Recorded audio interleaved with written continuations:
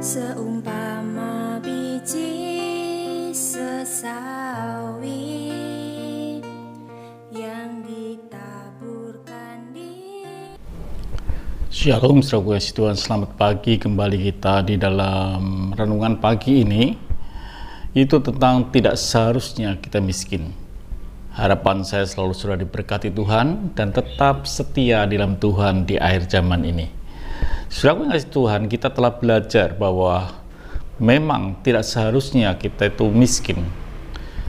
Karena Tuhan datang supaya kita memperoleh hidup dalam segala kelimpahan. Itu harusnya terjadi.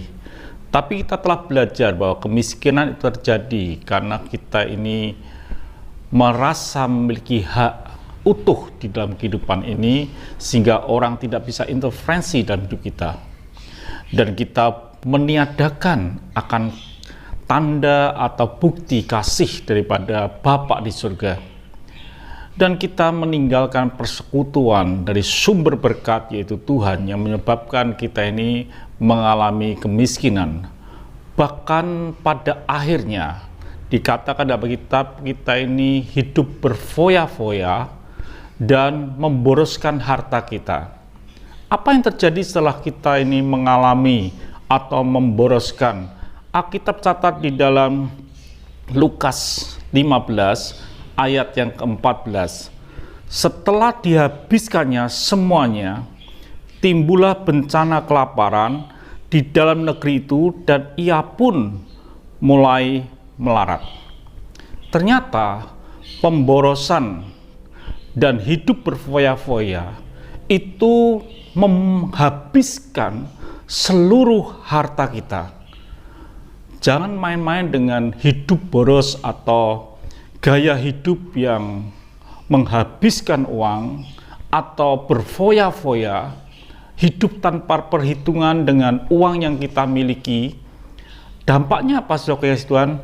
Dampaknya adalah habis, mengalami kehabisan, tidak ada sisa.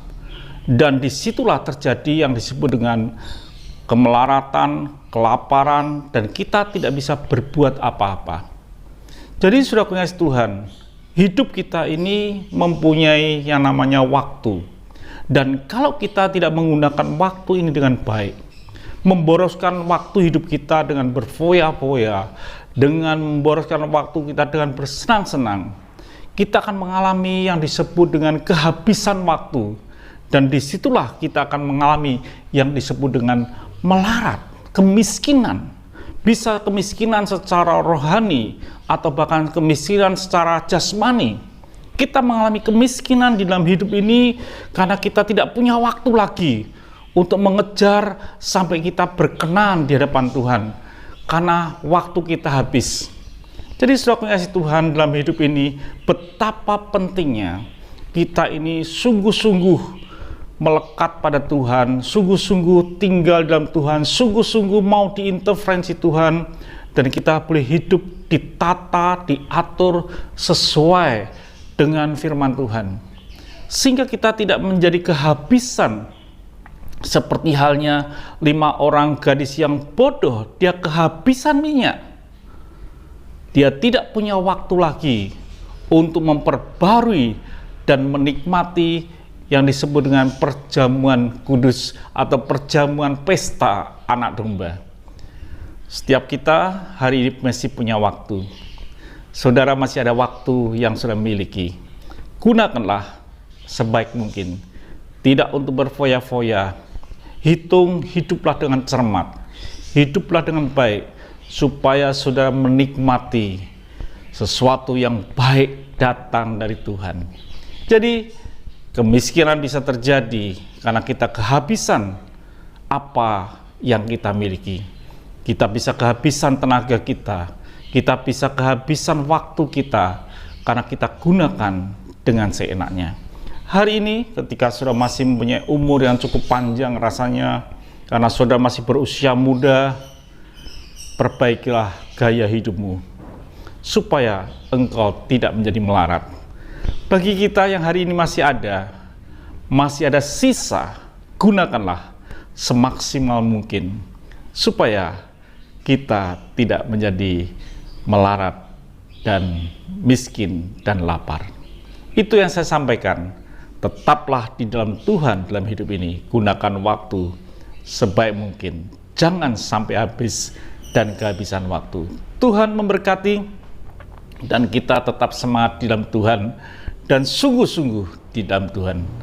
Haleluya, mari kita berdoa. Bapa, kami bersyukur untuk kasih kemurahan-Mu.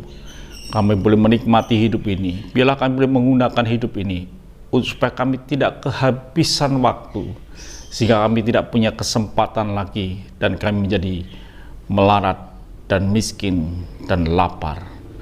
Buat hidup kami bijak dengan hidup ini, karena kemurahan Tuhan kami ada. Haleluya, amin. Tuhan memberkati. Sampai jumpa esok pagi.